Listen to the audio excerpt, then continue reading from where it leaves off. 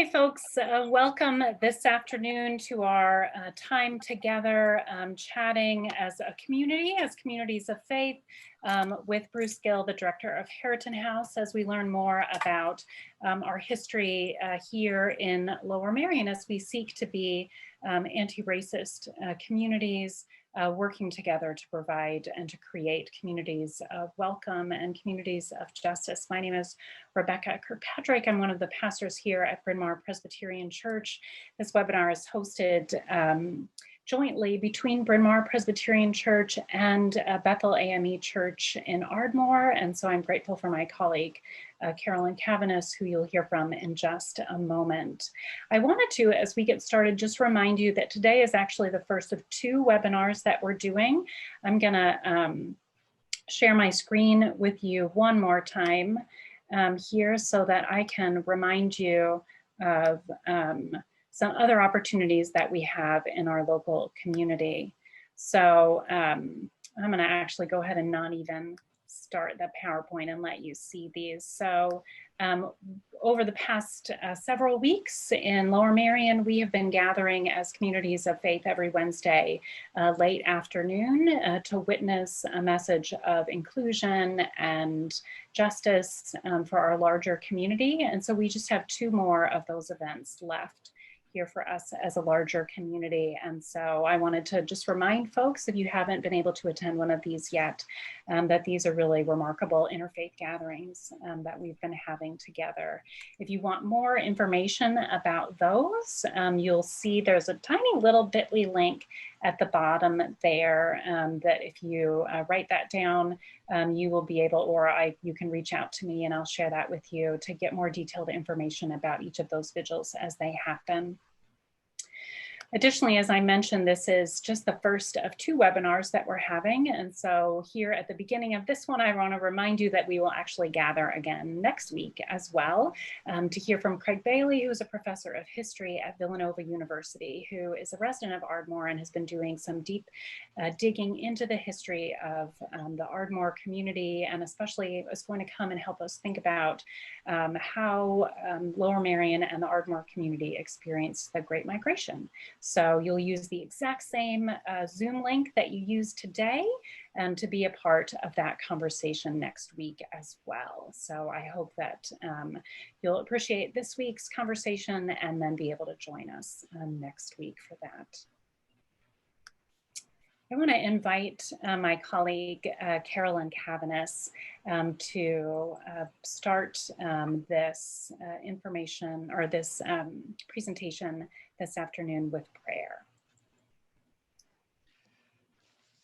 Good afternoon, everyone. And once again, we are very, very excited and very honored for your presence here today, and certainly to my colleague, Reverend Rebecca Kirkpatrick and Bryn Mawr Presbyterian. We're very grateful for this moment that we will share this Sunday and on next Sunday. And so let us just have a word of prayer as we invite our Creator to be a part and to be with us as we take this journey together. Our God, for this day, we give your name thanks. And we thank you for the gift of life. We thank you for also this innovative way of bringing us together, even in the midst of the pandemic that we find ourselves. We also ask that, Lord God, that you be with those who are certainly, whose lives are in the balance in these moments, for those who are bereaved. But also, Lord God, be with us as we come offering ourselves to learn, to explore, to discover, and to go deep. We thank you for the gifts and talents of our presenter today. And we ask that you would lead, guide, and direct us, and that the work that we will share in today will catapult us to be the best that we can be in being ambassadors of goodness and love and justice. Be with us, we do pray. We pray this in your name. Amen. Thanks, Carolyn. It is a privilege to be able to introduce to you this afternoon Bruce Gill. Bruce is the executive director and curator at Harriton House here in Bryn Mawr. He has a BA in history and a BA in archaeology from Moravian College in Bethlehem, Pennsylvania, and a master's in American civilization from George Washington University. He is a lifelong Philadelphian and currently lives out here on the main line in Haverford. In addition to the extensive work that Bruce has done in working to restore and teach people about Harriton House, he's also been involved in the restoration and preservation of other buildings in Philadelphia and in Bethlehem, and has worked on other exhibitions about early education in Philadelphia, and an anniversary of the Episcopal Diocese of Pennsylvania, and an exhibition on Absalom Jones, the first Black priest in the Episcopal Church. So he also serves as a trustee of the Christopher Ludwig Foundation, a board member of the Interfaith Coalition on Energy, and is a vestryman of Christ Church in Philadelphia. I would be remiss if I didn't also mention that his work at Harriton House also means that he is also skilled in blacksmithing, wood turning, beekeeping, and bookbinding. It is an eclectic work that Bruce does, and we are delighted to be able to have him here with us today to talk to us about the history of Harriton House. And so, good afternoon, everybody. What I'm going to do is talk a little bit about slavery here in Lower Merion, specifically through Harriton House, the experiences at Harriton House, as they connect to the wider Quaker community in and around Philadelphia. And Harriton House up on the screen was built by a Welsh Quaker and was originally called Bryn Mawr, which means high or great hill in Welsh. And indeed, our community of Lower Merion was founded as a Welsh community, the Welsh Merion in the Welsh Tract. It was founded by Welsh Quakers in the 1680s. One of those Welsh Quakers was a man named Roland Ellis, whose name you don't have to remember, who built Harriton House, which he called Bryn Mawr, on 700 acres of Merion. And he had a small subsistence farm of about 40 acres. We have a long story to tell of over 300 years. And today, the historic house built in 1704 is owned by the Township of Lower Merion, and it's within the Township Parks system. I work for a group, nonprofit group called the Harriton Association, and we are the legal partners of the township to manage and operate the historic house as an historic site. The house, when it was built, was a very big and very pretentious building. Everybody always wants to be the first or the biggest. I'm not sure we were the first or the biggest, but certainly at the time the house was built, it was a very big building. It's a full 3 stories. And if you notice, it has a little balcony on the front. And when William Penn visited Pennsylvania for the second time in 1699, he wrote a letter home to London, and he said, I can't believe how big my town has grown and how many houses there are, and that all of the best houses have balconies on them. So that's just one little example of the pretense that's built into the building. Roland Ellis may have been a good Quaker man, but he wasn't a very good businessman, and he lost his property to his debtors in 1718. And he sold the property to a man named Richard Harrison. Pushing the button. Help me, Rebecca. Nothing's happening. Here she comes. I'm coming.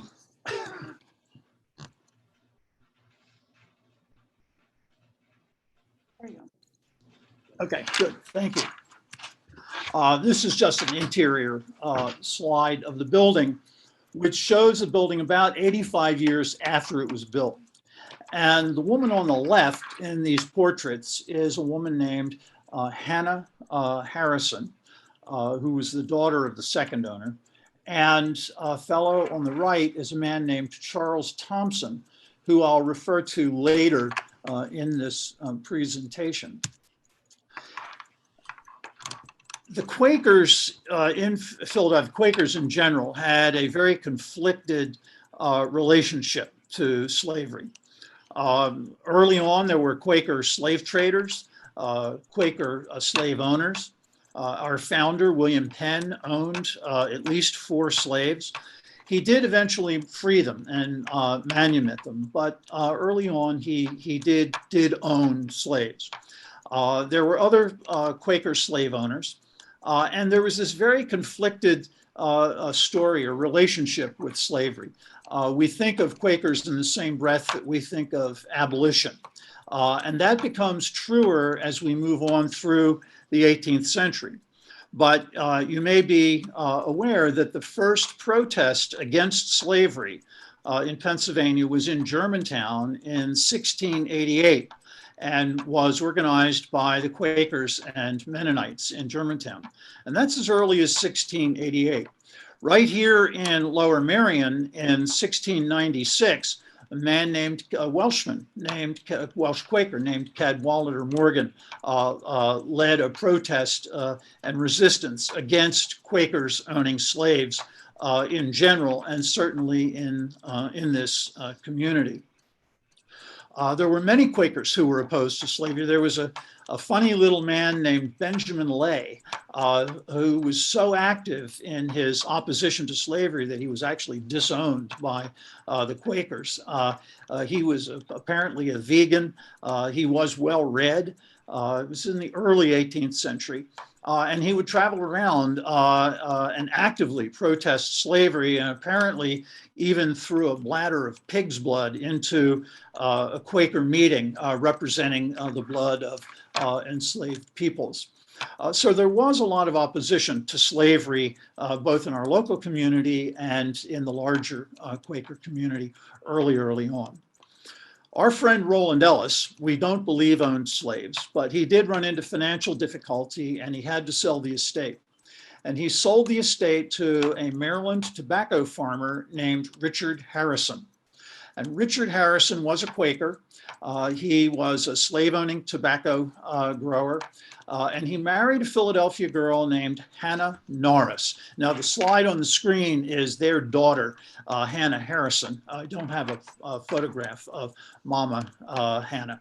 But Hannah Norris married Richard Harrison. And Richard Harrison bought Roland Ellis's Bryn Mawr, and he renamed the property Harriton.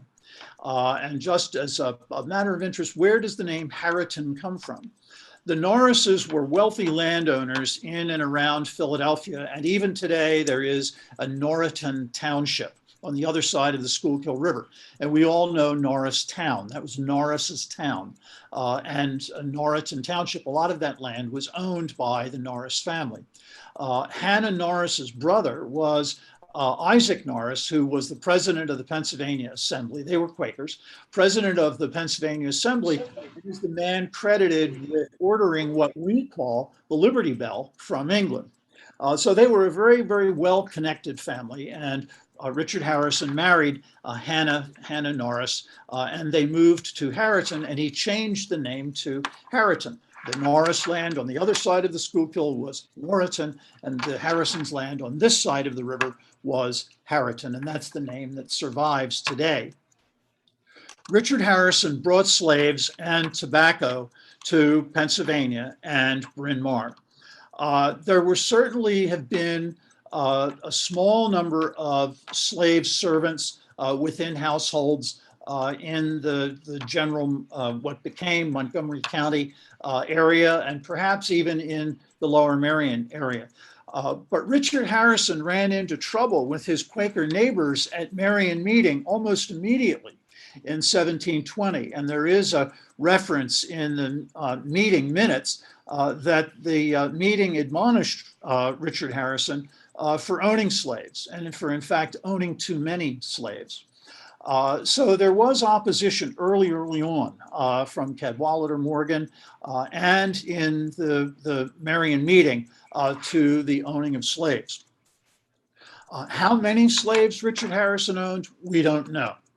On the screen, you see an engraving from Gentleman's Magazine of 1754. This was an English publication which was describing tobacco manufactories in America, in what became the United States. And you see a tobacco plant growing off in the distance and the open sheds where the tobacco is being dried and prepared. And you'll notice that there are two Caucasians out in the front. One packing a hogshead and the other chopping tobacco with a cigar press behind him. There's also a coil of tobacco even behind the cigar press. A lot of the language of the tobacco culture relates to enslaved folks.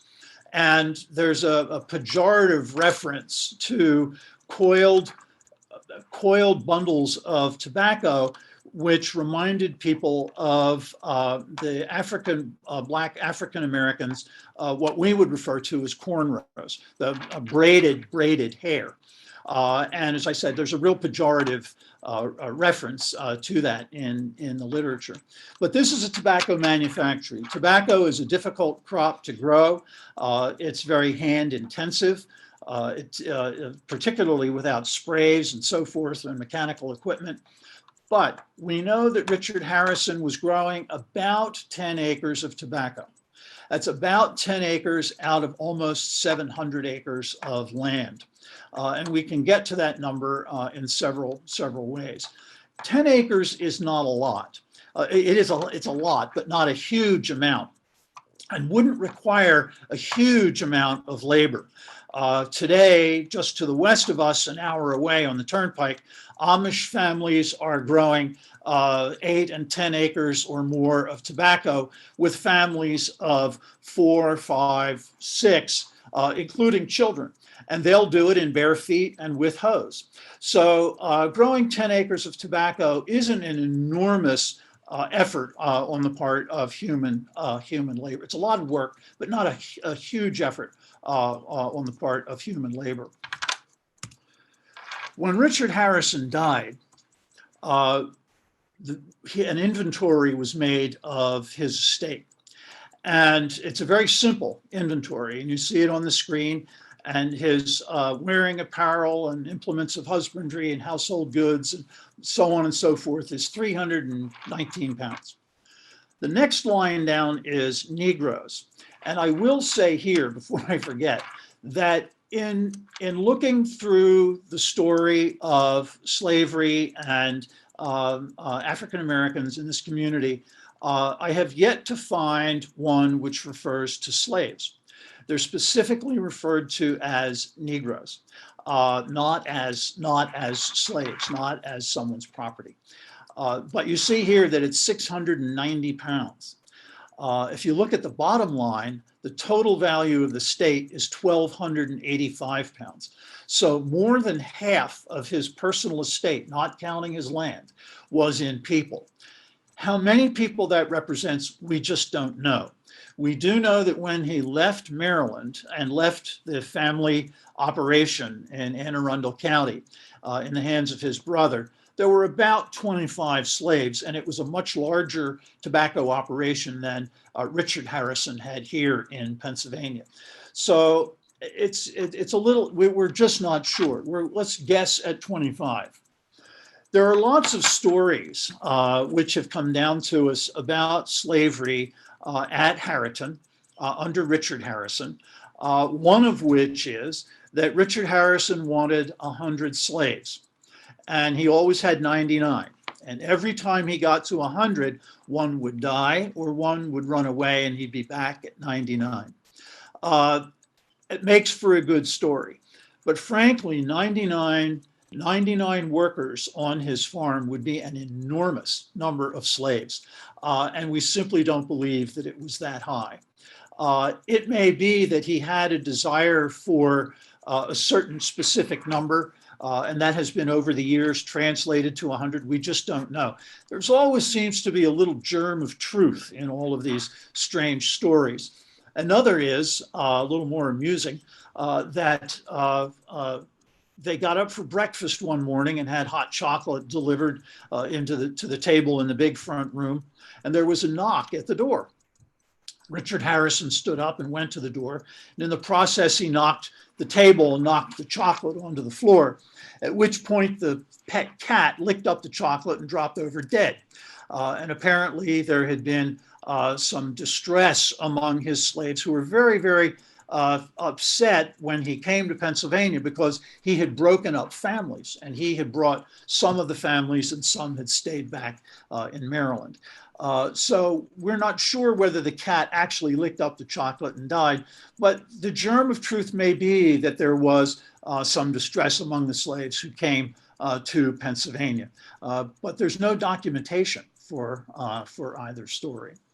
But as I said, we don't know how many people 690 pounds represents. We also have a series of bills to his estate in 1747 from the ferryman at Middle Ferry, which is now the bridge over Market Street crossing the Schuylkill River at 30th Street Station. That was the Middle Ferry. There was Upper Ferry, Lower Ferry, and Middle Ferry. And Richard Harrison would send his tobacco or send his wagon or his carriage into Philadelphia from Harriton. They would go down Old Gulf Road and then down the Old Lancaster Road, and they would run right into what's now Market Street, have to go across the ferry. And he apparently didn't pay his bills for at least 2 years before he died. So there are references to wagons load of tobacco coming in and wagons loads of hogsheads of tobacco being transported, again, by your man, not by your slave. And these were people who were free to come and go for him into and back from Philadelphia. They don't represent a lot of tobacco. And we talked to several estates through Maryland and down into Virginia and asked how much tobacco does 65 pounds represent in 1747? Or how much tobacco does 14 hogsheads represent for an annual crop? And they said, it's a lot of tobacco, but it's not an enormous amount. So once again, we're back to he didn't need 99 slaves or 100 slaves to run his operation, and it will remain a mystery how many he actually had. He died in 1747, and his widow Hannah and his daughter Hannah Harrison took off for Philadelphia as fast as they could go. And Richard Harrison's son took over operation of the estate until about his death, about 1760, in which time the estate was rented to tenant farmers. We have no references at all as to whether his son was growing tobacco or using slaves to do the work. We do know that a man named Charles Thompson married daughter Hannah Harrison and moved to Harriton after he retired from Congress. Charles Thompson Hannah Harrison inherited the Harriton estate from her mother in July of 1774. She married Charles Thompson on September 1st, just 4 days prior to his selection as the first secretary to the Continental Congresses. So actually, Hannah becomes the owner of the property for a month, through the month of August. Upon her marriage to Charles Thompson, he becomes the owner of the property. A single woman under Pennsylvania law could own property, buy and sell property, own ships of trade, own and run a business, but marriage then turned that property over to her husband. So Charles Thompson becomes the owner of the Harriton estate in 1774. But he's also very busy for the next 15 years. He came to America as a small boy in about 1730. He was about 11 years old from Northern Ireland. He was a Scots-Irish Presbyterian who arrived in Delaware as an orphan. His mother had died in Ireland and his father died on shipboard. The ship's captain wasn't a very nice guy and he didn't want to deal with this 11-year-old boy. And so he either gave or we think sold Charles Thompson to the home of a blacksmith. Many years later, as an older man, Charles Thompson said that this blacksmith and his wife treated him very well, but that he understood what it was not to be a free person.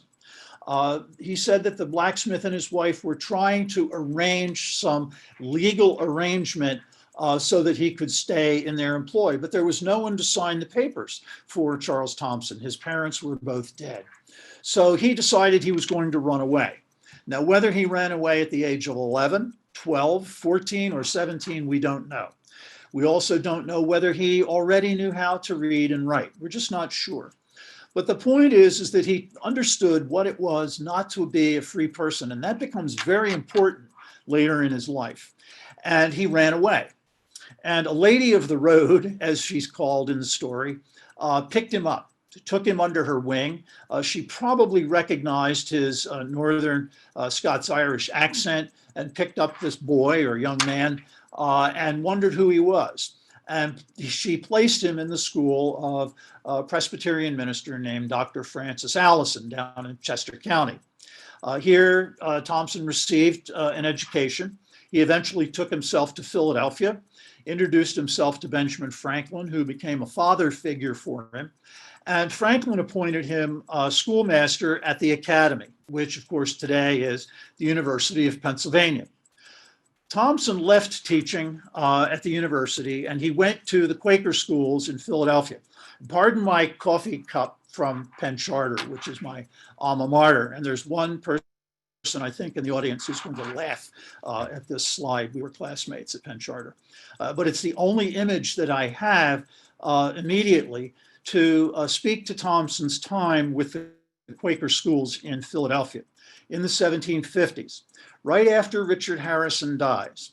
And this is a very important time in the Quaker community in Philadelphia because the community made a community decision that slavery was inappropriate and that no Quaker in good standing could own a slave in 20 years. Now that seems like a long time, but what was the 20 years all about? The 20 years was about people had an investment in slaves, helping with their businesses. You could not sell your slaves. You could not profit from the sale of human flesh. You had to manumit your slaves. So if you were operating a business, you couldn't simply turn them loose or your business would go south. So there was that incentive. But the other incentive was that they didn't want to just turn people loose without educations, without skills, into a market where they could be picked up and taken away and sold elsewhere. So they gave themselves 20 years. And at the end of 20 years in 1774, by the end of the year, to remain a Quaker in good standing, you had to have manumitted your slave. You could not sell them. And there was this 20-year requirement. Some Quakers couldn't abide by that, and they left and became either Presbyterians or Episcopalians or Anglicans. But there was this 20-year rule, and it was this community decision in 1754, right at the time that Charles Thompson was teaching in the public schools in Philadelphia. William Penn, we're all familiar with the Charter of Privileges and William Penn's desire to have religious freedom in his colony. But he also believed that education was an important base for any community.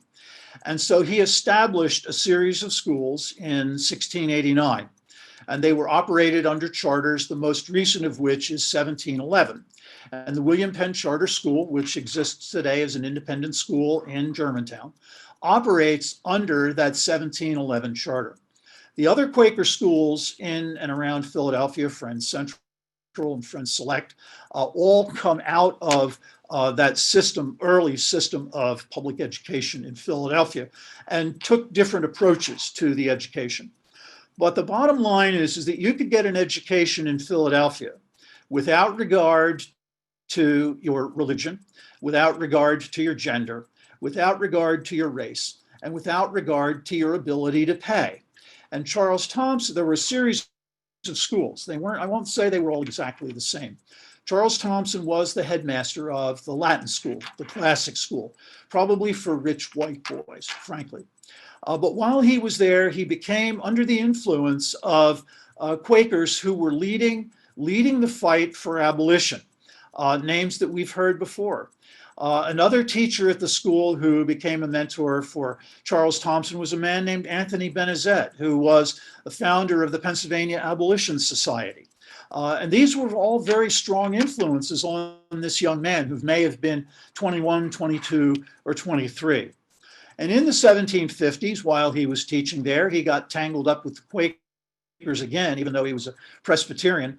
And he traveled with the Friendly Society for Peace Among the Indians to try to settle the French and Indian War in 1759.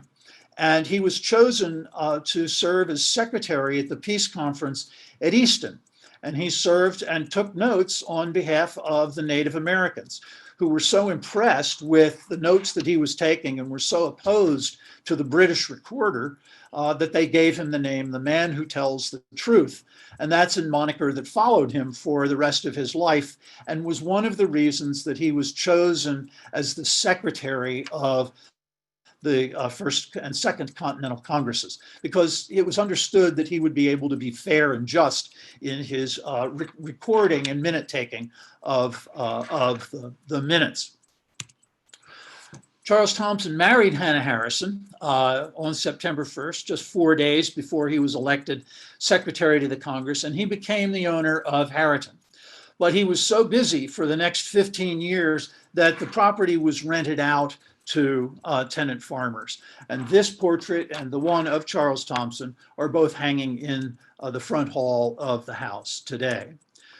Charles Thompson's name appears at the bottom of the Declaration of Independence as the secretary, that he attested to the fact that this was indeed a document of Congress and signed by the President of Congress, John Hancock. While he was in Congress, he had several very significant things that he did, one of which was the design of the Great Seal of the United States. This is the signature of the United States of America. And the very next resolution, after the resolution to be independent, was a resolution to have an heraldic seal for these new and independent and United States designed. And it was put out to a committee, and you can probably guess what happened with that committee. No one liked their ideas, or they couldn't get it done. So it was assigned to a second committee, and you can guess what happened, not much. And eventually it went out to a third committee, and not much happened. And in 1782, with the Revolution winding down, the President of Congress said to Charles Thompson, "I don't care how, make this happen." And Charles Thompson took ideas from the first three committees. He worked with an artist named William Barton and incorporated his own ideas in symbolism in the Great Seal of the United States. And you see the design that was adopted and that we have today. And I could go on all day long talking about the symbolism in the Great Seal, so I will only refer you to a website called greatseal.com. It'll take you half a day, and it's a wonderful, wonderful story. But just really quickly, Charles Thompson incorporated the shield with the 13 individual bars, the 13 individual parts of the new Union, which is the blue block. And the Union is the Congress. And together, our individual parts are bound together by the Congress, as we as individual people are bound together. The olive branch in the eagle's right talon is, of course, the biblical olive branch of peace. The symbol of the shield in the Union and the Congress is that the Congress holds the power of peace, and the Congress holds the power of war, which are the bound arrows in the left talon. And the bound arrows, it's interesting, come from the Iroquois Confederation. It comes from Native American symbolism. The 6 tribes in the Iroquois Confederation used the bundle of arrows as a symbol of strength. You can break one arrow. You can't break 6, you can't break 13. Just as you can't break one of the bars below the blue block of Congress. You can't break one person. We're only worthwhile as bound together. And that was the symbolism in the olive branch and the arrows, which Charles Thompson chose. And again, he had been very, very well respected by the Native Americans at the end of the French and Indian War. And you see on the right-hand side of the screen a not very good reproduction of the backside of a $1 bill, which is the best place to see both sides of the Great Seal of the United States. The backside, or reverse, with the unfinished pyramid has never been engraved. It's never been used. You can only really find it either on the internet or on the back of a dollar bill. And it's a pyramid. It's a strong foundation of 13 rows of stones. Again, these bound together, 13, number 13. At the bottom is the date 1776, the date of independence. But there is no capstone on the pyramid. There is the all-seeing eye of Providence. And later on in life, Charles Thompson was asked to write the history of the American Revolution and how we get to where we are in the 1790s. And he started it and apparently had somewhere on the order of 1,000 manuscript pages, which he decided to destroy because he felt that the entire process was an act of providence, that all the goodness that was coming towards this republic and all the ability to change itself under the Constitution came as an act of providence and not made by men with feet of clay. And so that was the symbol that he used, was the all-seeing eye on top of the pyramid or the great foundation. And when Charles Thompson retired, he wanted to be a farmer. He wrote a book called Notes on Farming. He was an agriculturalist, a founder of the Philadelphia Society for Promoting Agriculture, which exists today. And he retired to Harriton with Hannah. He did not have slaves. He let his farm out on shares, as he described, and that's not sharecropping with the pejorative stance that we find in 19th and 20th century America in the South. This was really profit sharing with the laborers on his estate. He also did not keep up with, he did not keep up with all of his old political allies. When he retired from Congress by handing George Washington over to be inaugurated as the first president of the United States, he then submitted his resignation and left political life after 15 years. He moved to Harriton and he wanted to be a farmer and a classical scholar. His one friend that he kept up with was a name that you'll recognize immediately. It was Thomas Jefferson. And when Jefferson was in Philadelphia as George Washington's first Secretary of State, he would ride out from Philadelphia and he would ride to Harriton, and he and his old friend Charles Thompson would converse and they'd walk the land and they would talk about three things. And this is recorded in letters back and forth as well as in both of their journals. They talked about agriculture, which was America's principal industry after the Revolution. And it actually remains Pennsylvania's biggest industry in both product and dollar volume today. But they talked about agriculture. They were both farmers. And they talked about their work on the Bible. Thomas Jefferson is well known for having done a cut and paste with scissors, not a computer, but a cut and paste of the New Testament and the sayings of Jesus. And Charles Thompson made the first translation of the Septuagint, or Greek Old Testament, anywhere into the English language from beginning to end. And he did it at Harriton, and he had it published by a woman publisher in Philadelphia named Jane Aiken. How's that for a sense of social justice in 1808? The third thing that they talked about is slavery. And Jefferson gets a lot of press for his dealings with his slaves and his inability to manumit them, even being offered money to do so, and not manumitting his slaves at the end of his life. And Charles Thompson said to Jefferson more than once that slavery is a sickness or a cancer on this new republic, which must stop by philosophy, by thought, by religion, by the heart, or it will stop by bloodshed. And we all know what happened in the 1860s. So Charles Thompson was absolutely opposed to slavery. He did welcome back former slaves. There were slaves who had worked at Harriton. You have to remember that Richard Harrison died in the 1750s. And we don't know that his son actually used slaves to farm the land. But his mother, or his wife, Hannah, had house slaves, and she had a coachman, and she had sort of valets and helpers and seamstresses and so forth, that she bequeathed in her will. She was a good Quaker lady, but she missed the 1774 deadline. She wrote her will in 1772 and left people to her daughter, Hannah, who we believe manumitted them when she received them, if they were still slaves. And she left slaves to her son, who died, unmarried, died. And so those slaves were manumitted because her will said that upon his death they would be free. So those slaves, Grigg and Peter and Old Moll and Mary, were all welcomed back onto the Harriton estate by Charles Thompson as elderly folks. With nowhere to go, they came back to Harriton, to the Harriton estate. It was safe, they were free to come and go, but they came back and lived out their lives and were buried with the Harrison family and later Charles and Hannah Thompson in the family burial ground of 1719.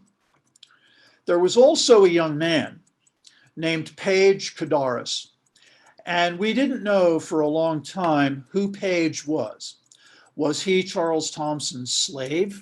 Was Page his name, or was Page simply a title? Was he a page boy?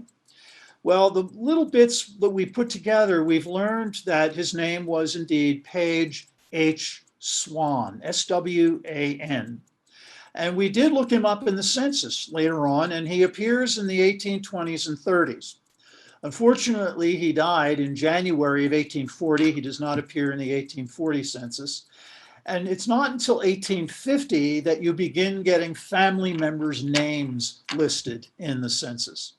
We do know that he had sons and a daughter, that he was married and lived in Southwark or down in Passyunk in Philadelphia in the free Black community. And he was free to come and go from the Harriton estate.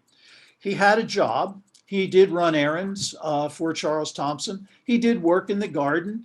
He worked in the fields, but Charles Thompson records that he didn't like it. So he was going to go to Philadelphia and see what he could work out for himself down there. And he would come back with his new bride, and he would come and visit, but he was free to come and go. There are also references to the tailor coming and making clothes for Page and making shoes, and for the tutor to come and tutor him in his education. And what we've learned is that in the 1770s, Charles Thompson took a trip into the hinterlands at the beginning of the Revolution with his friend John Dickinson and his wife Mary, who was a cousin of Hannah Harrison Thompson. And they went off into the country. And I happened to be in York one day, and I crossed the Cadaris River, or the Cadaris Creek.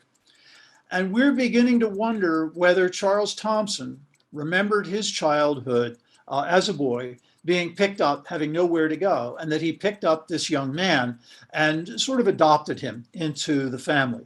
This young man who was free to come and go, but who was educated and cared for by Charles and Hannah Thompson to the end of his life. Charles Thompson, even though he became the owner of the Harriton estate, gave up his rights to the property, knowing that he would not have children of his own and heirs of his own. And he retained for himself a life tenancy, and he turned the property back over to Harrison heirs. They were great nephews and nieces, through whom the estate descends, and there's one descendant living on 1 acre still today. It's not been transferred out of the family since 1719. But Charles Thompson did leave in his will established a life trust for Page and left him a farm. And into the 20th century, it was called Cadaris Lawn, up above Ithan Avenue, across Ithan Avenue from what's today Beaumont. And we know that he didn't like working out in the fields. And by this time, he was getting a little older. So he rented it out. It was an income for him. Charles Thompson couldn't give him the property because he no longer owned it. But he did give him a life tenancy, and we have in our collections the extinguishment of that life tenancy when Page dies. And we have the original agreement, and we have the fact that this black man, this speckled man, this mulatto man had died in 1840 and was buried in the Harrison family cemetery. So Charles Thompson is the end of a long story of slavery and non-slavery at Harriton and within the Lower Merion community, and representative of the larger Quaker community as well. Thank you.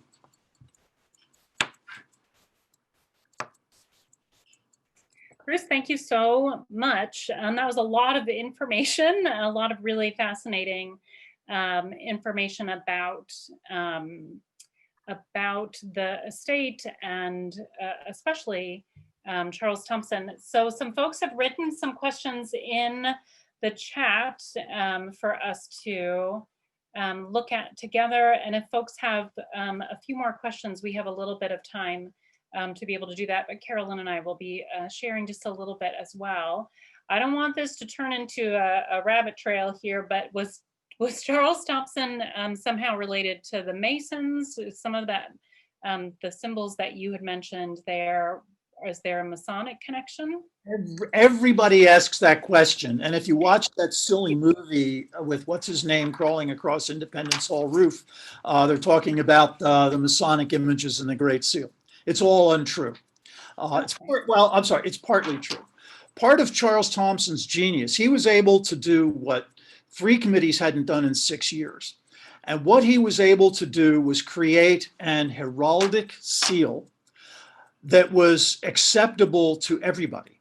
It was acceptable to Masons, and it was acceptable to non-Masons. The Masons don't own those images. They use those images. So Charles Thompson was trying to appeal to both sides, both the Masons and the non-Masons. He himself was not a Mason, but the idea of an heraldic seal is where people get the idea that it was Masonic in nature. It's not really. Okay. And then there were some questions. You talked a little bit about former slaves coming back and living on the estate. And so Anita's question is, Anita has 2 questions. So some of the formerly enslaved folks then did come back and were buried with the family, yes. Correct? Yes. Right. And I guess another question is, are there burial locations close, sort of adjacent to the Beaumont retirement community? Is that kind of? That's another question to which we're not really sure that we have an answer. There was a family tradition for a long time that there were actually 2 cemeteries, that there was the family cemetery in which household servants and friends of the family were buried. And again, later on, former slaves were permitted to be buried by Charles Thompson. But that there was a second cemetery, quote, on the rise behind Harriton House. Well, that's Beaumont. It's Ithan Avenue. And when we talked to the family who owned the other side of Ithan Avenue, it was a different branch of cousins of the family, they said, yes, that burial ground was down towards the, so it's squeezed between Harriton House and the upper end of the property, and that happens to be where Beaumont is. And supposedly that's where some of the field hands were buried, but it's been totally lost. No one has ever seen it. No one knows where it is.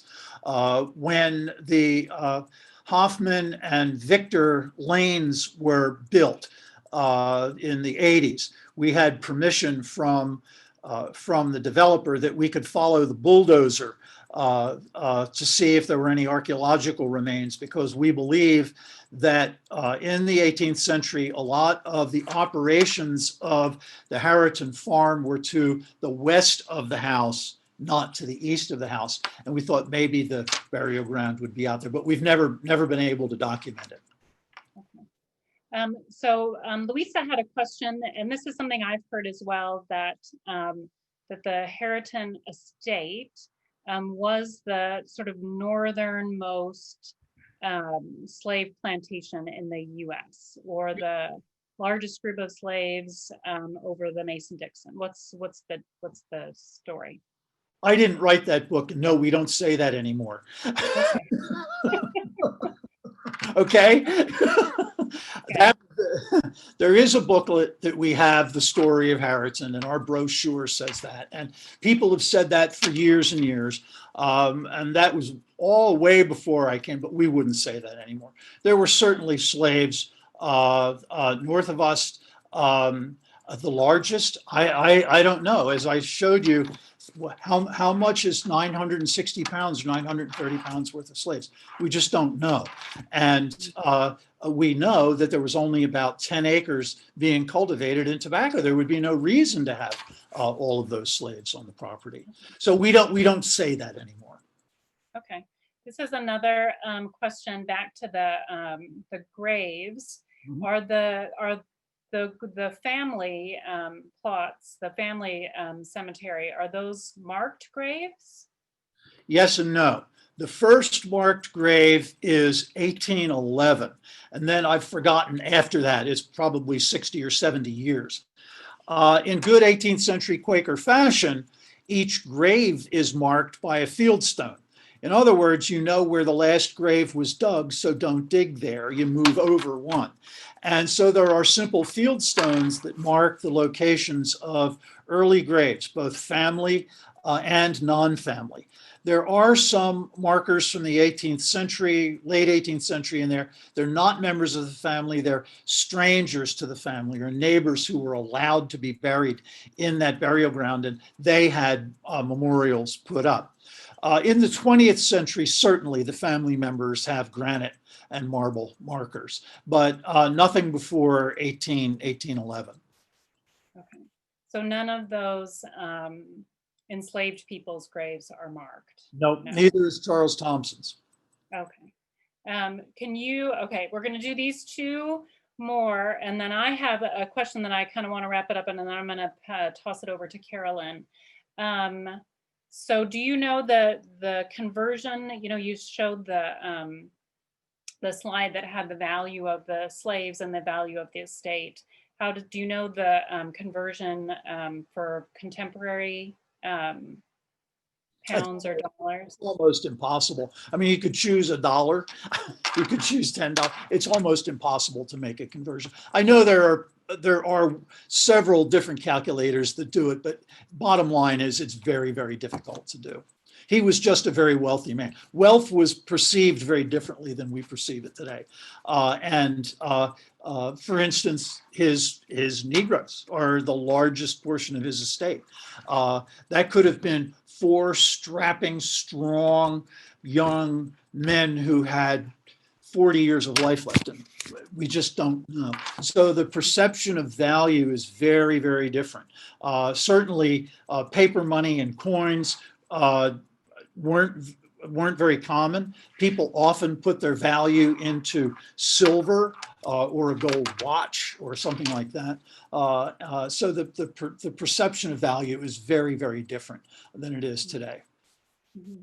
And this is, I want to, so the last question that came in that sort of talked about can we look at potentially contemporary records from that time to see how, the slaves are being valued and try to make a comparison and a guess. To reiterate, you are an expert on Harriton House, not necessarily an expert. Apologies. Right. Yeah. So it is sort of, this is one of the you being out and talking about these issues in this history is a relatively new kind of conversation that we're having as well, right? I wanted to ask, because I know a lot of school groups come to Harriton, or maybe they used to come to Harriton for visits. I'm interested to hear, how do you all, when classes are coming or people are coming, how do you interpret the reality of enslaved people being at Harriton House? How's that interpreted for students when they We simply tell the truth. We tell the story as we know it. And I don't tell the story of the witch lady who went up to the burial ground and tried to drive a stake through the heart of Richard Harrison. I don't tell those stories. I rarely tell the story of the cat licking up the chocolate and dying. We try to tell it straight up, and that slavery is a very, very conflicted story. And even the Quakers who have the relationship with abolition, that there were slave traders and slave owners in the early Quaker community, that our friend William Penn owned slaves, that it was a different time and a different place, and that it was indeed the leaders in the Quaker community, people like the goofy Benjamin Lay, who threw a pig's bladder of blood into a Quaker meeting, saying it was the blood of enslaved people, that it was Cadwallader Morgan, one of the protests in what we call Lower Merion, the protest in Germantown, that Richard Harrison ran into trouble with his Quaker neighbors at Quaker meeting almost immediately on moving to Harriton because he owned slaves. This was not necessarily acceptable to everyone, and that slavery did indeed disappear, and that our friend Charles Thompson had a very, very different relationship. He was an abolitionist, and when he was in Congress, he drafted or wrote the Northwest Ordinance, and the Northwest Ordinance allowed for new states to come into the Union, the 14th and 15th states, Ohio, and they had to come in slave-free. They could not come in as slave-owning states. So we tell that story in the story of the change. And we also say that, yeah, they didn't get everything right the first time out, but that the rules that we live under our Constitution have our system set up where we can make changes and make all of our lives better. Thank you so much, Bruce. This is fascinating information, and a lot of, especially folks who both are, lifetime residents of Lower Merion and this area, maybe weren't always aware of this history, and especially for those of us, people like me who are transplants into this area, it's fascinating to hear about this. And so I appreciate you being with us this afternoon so much. I'm actually gonna invite, Carolyn and I are just gonna give a few sort of reflections as we close our time together. And so I'm gonna invite Carolyn to share a little bit. Thank you, Bruce, for what you shared with us and enlightened us. What certainly stood out, and I appreciate your saying to tell the truth, right? To tell the story. And also, I think, how do we lean on historical references, and also the necessity for us to, in some ways, remove our 20th or 21st century selves and putting ourselves into the life and times. I think also to think about the figure of Charles Thompson and, this sense of giving back. And so when you talked about the young boy Page that he would take a liking to, and I would imagine because of the likeness of his personal narrative and story, and making that connection with another. And so I guess the question I have is, in light of, and I'm sure we're leaving probably with more questions. And where do we go from here? What do we, how do we take this narrative? How do we take this story and apply it to this current day work that we feel a sense of call and passion towards as it relates to the uplift, owning our story, but also having to be bridges of reconciliation. Also being ambassadors of what is the realness of where we live and where we pray, but also where do we take this, right? So I think, Bruce, you are a living historian. How would you challenge us in light of, and I know that this has been a different space, and certainly in light of the civil and racial unrest that we are very much grappling with, how would you ask of us to move forward with what you've shared with us? How should this undergird our work as being persons of justice and love? Have you given any, just want to throw that out to you as a living historian. Those two words, justice and love. I can't pretend to to truly understand the unrest, because I'm not there. I'm not living it. So all I can do is use justice and love, and to take the examples of people like Charles Thompson, and to look at our story, our common heritage of the Constitution of the United States, which was built to be able to change the way we live and to allow us all to live together in one place. I love the Great Seal of the United States because it talks about the union of the individual parts. And we talk about that in the New Testament. We talk about the union of the individual parts in our communion together. And when you start there, that's what we need.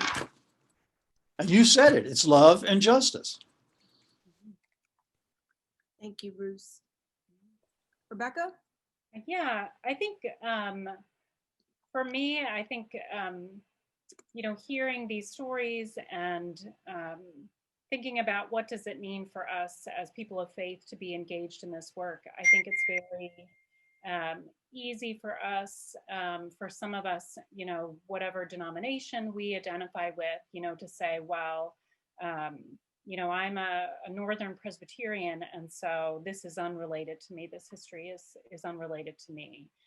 Or I live in Lower Merion, and so, we are not the South. And so this history that we are grappling with is separate from the history that we have inherited. And so to be able to have conversations like this is to be able to say, nope, this is our history as well here locally. That this is not something that is other from us. This is a history that we need to be willing to learn about and better understand, and then talk about what reconciliation and restoration and reparation mean as our Lower Merion community.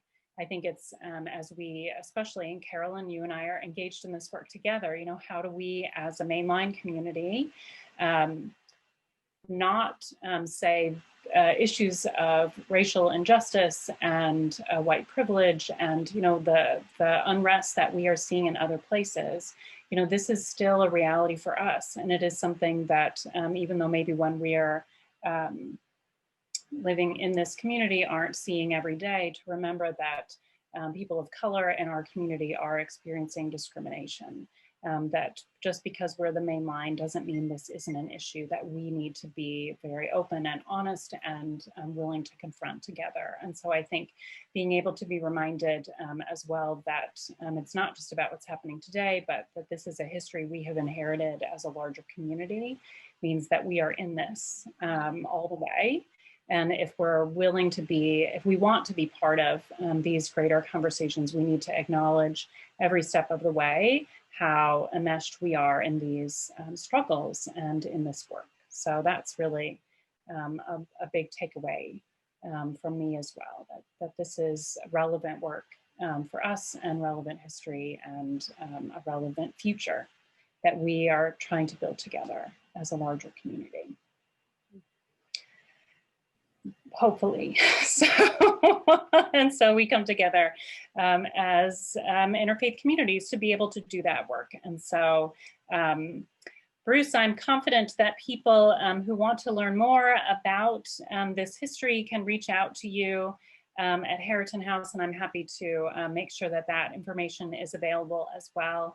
This presentation has also been recorded, and so it will be up on the BMPC website for both of these webinars. So if you have friends or colleagues who weren't able to be with us here today, please feel free to encourage them to come and to find the recording of this there and watch it and to learn and to be a part of the conversation that we're going to have next week with Craig Bailey. So I just deeply appreciate all of you being with us today. We were at one point at 112, so I think that's a pretty great showing on a really beautiful sunny October afternoon. So again, Carolyn, we are so grateful to be able to partner together in these conversations, and Bruce as well. So grateful for you taking the time to be with us here this afternoon. Thanks. Great. Thank you all, everyone, so much, and we will see you next Sunday.